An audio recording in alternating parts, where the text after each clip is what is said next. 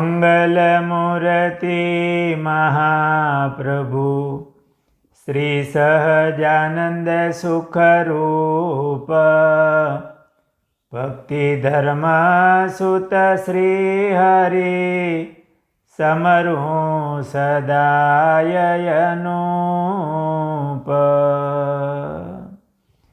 બોલો સ્વામિનારાયણ ભગવાનની જય. વાલા ભક્તજનો, જય સ્વામિનારાયણ.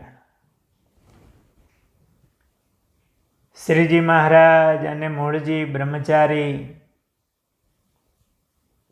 વિસનગરના ભક્તોનું દુઃખ ટાળવા માટે ગઢપુરથી વિસનગર તરફ જતા હતા. રસ્તામાં વિજાપુર ગામ આવે. આ વિજાપુરના વજીબાઈ થયા.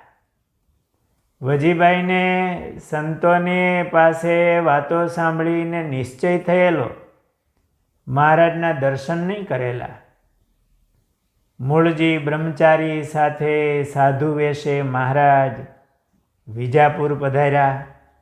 વજીબાઈના નિશ્ચયની કસોટી કરી. એ વિસ્તારથી એમના પ્રસંગો છે. ત્યાંથી મહારાજ વિસનગર પધાર્યા. વિસનગરના હરિભક્તો રાજી પણ થયા અને મનમાં થોડા દુઃખી પણ થયા. સુબાને ખબર પડશે તો મહારાજને જેલમાં પૂરવાની વાતો કરે છે. એમાં સુબાને સમાચાર મળ્યા કે સ્વામિનારાયણ વિસનગરમાં આવ્યા છે. એટલે એમના જમાદારને મોકલો અને કહ્યું કે સ્વામિનારાયણને પકડી લાવો અને જેલમાં પૂરી દો. એટલે જમાદાર એમના સાથે થોડા સિપાહીઓ લઈ અને જ્યાં મહારાજ ઉતર્યા હતા ત્યાં આવ્યા. એ વખતે બ્રહ્મચારી મહારાજ એમને સંન્યાસીનો વેશ ધારણ કરાવેલો. સાથે સાધુ વેશમાં મહારાજ હતા. આ જમાદાર આવ્યો અને આવી અને કીધું, સ્વામિનારાયણ, સુબાએ હુકમ કર્યો છે, તમે અમારી સાથે ચાલો. હાથ કડી લઈને જ આવેલા.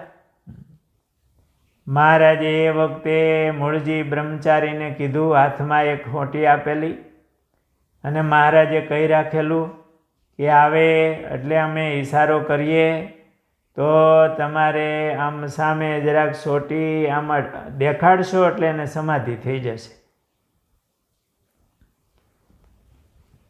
મહારાજના કહેવાથી બ્રહ્મચારી મહારાજે એમના તરફ આમ સોટી કરી. સંન્યાસી હોય ને ભેગો દંડ રાખ્યો હોય એટલે જરાક આમ સોટી કરી અને જમાદારને ત્યાં સમાધિ થઈ ગઈ. સમાધિમાં એમને ભગવાનના ઐશ્વર્યો દેખાણા. ભગવાનની મૂર્તિનું મહા અલૌકિક સુખ, મહા ઐશ્વર્ય એમનું દર્શન થયું.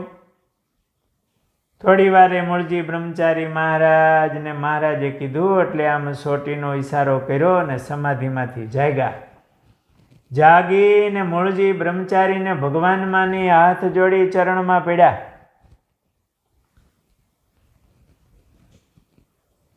અને બ્રહ્મચારી મહારાજની માફી માંગી. આ જમાદારે આવી અને સુબાને બધી વાત કરી કે સ્વામિનારાયણ ભગવાન છે, મને આવી સમાધિ કરાવી, એમાં મેં આવું દર્શન કર્યું. હજી આવી વાત કરે છે ત્યાં તો મહારાજ મૂળજી બ્રહ્મચારીને લઈ અને મહારાજ સુબા પાસે આવ્યા.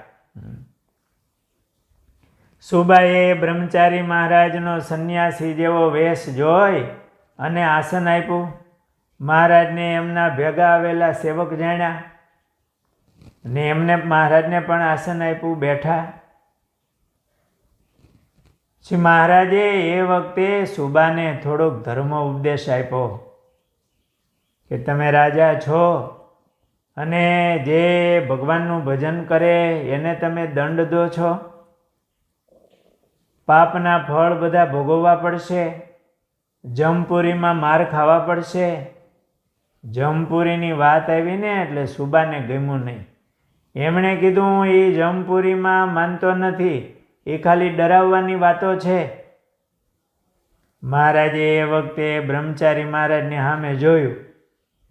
ઓલી લાકડીમાં મહારાજે ઐશ્વર્ય આપેલું અને સેજ આમ લાકડીનો ઠેબો આમ કર્યો અને સુબાને સમાધિ થઈ ગઈ.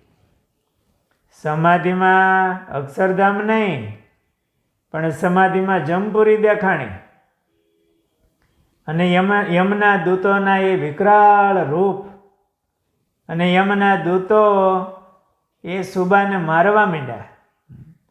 ત્યારે આ સુબો યમપુરીનું દુઃખ જોઈને રાયડો પાડવા માંડ્યો.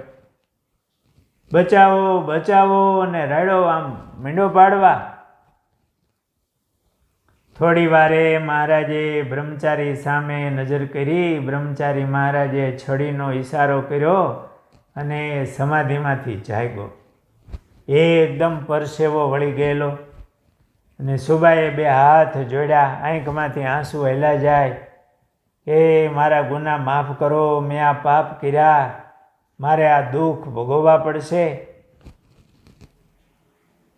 ક્ષમા માગી અને સુબાએ મહારાજનો આશરો કર્યો અને સત્સંગી થયા. અને બધા હરિભક્તોના દુઃખ આ રીતે મહારાજે ટાળ્યા.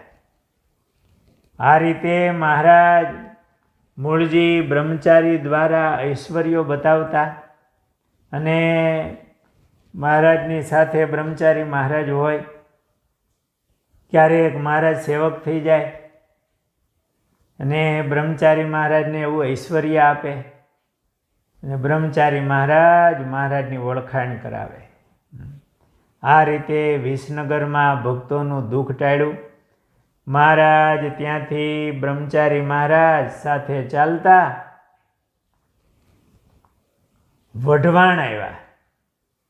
વઢવાણમાં ભાણજી મહેતાને ઘરે જમ્યા. પછી મહારાજે બ્રહ્મચારીને કીધું, એ ચોમાસું હતું, વરસાદ એકદમ હતો. મહારાજે બ્રહ્મચારીને કીધું કે મારે અહીંથી જસદણ જવું છે, નાજા જોગિયાને ઉપાધિ આવી છે અને ત્યાં જવું પડશે. તમે થાકી ગયા છો, અમારી સાથે ચાલી નહીં શકો. તમે એકાદ બે દિવસ અહીંયા રોકાય અને ભાદરા જાજો. અમે જસદણ થઈ અને નાજા જોગિયાનું દુઃખ ટાળી એમની રક્ષા કરી ગઢપુર થઈને અમે ભાદરા આવશું અને ત્યાં આપણે મળશું.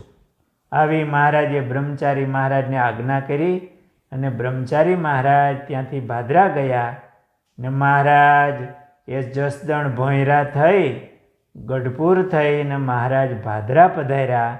ત્યાં મૂળજી બ્રહ્મચારી મહારાજને મળ્યા. બ્રહ્મચારી મહારાજ તો મહારાજની આજ્ઞામાં રહેવું, મહારાજની રાહ જોતા હોય, મહારાજના વિરહમાં ઝૂરે.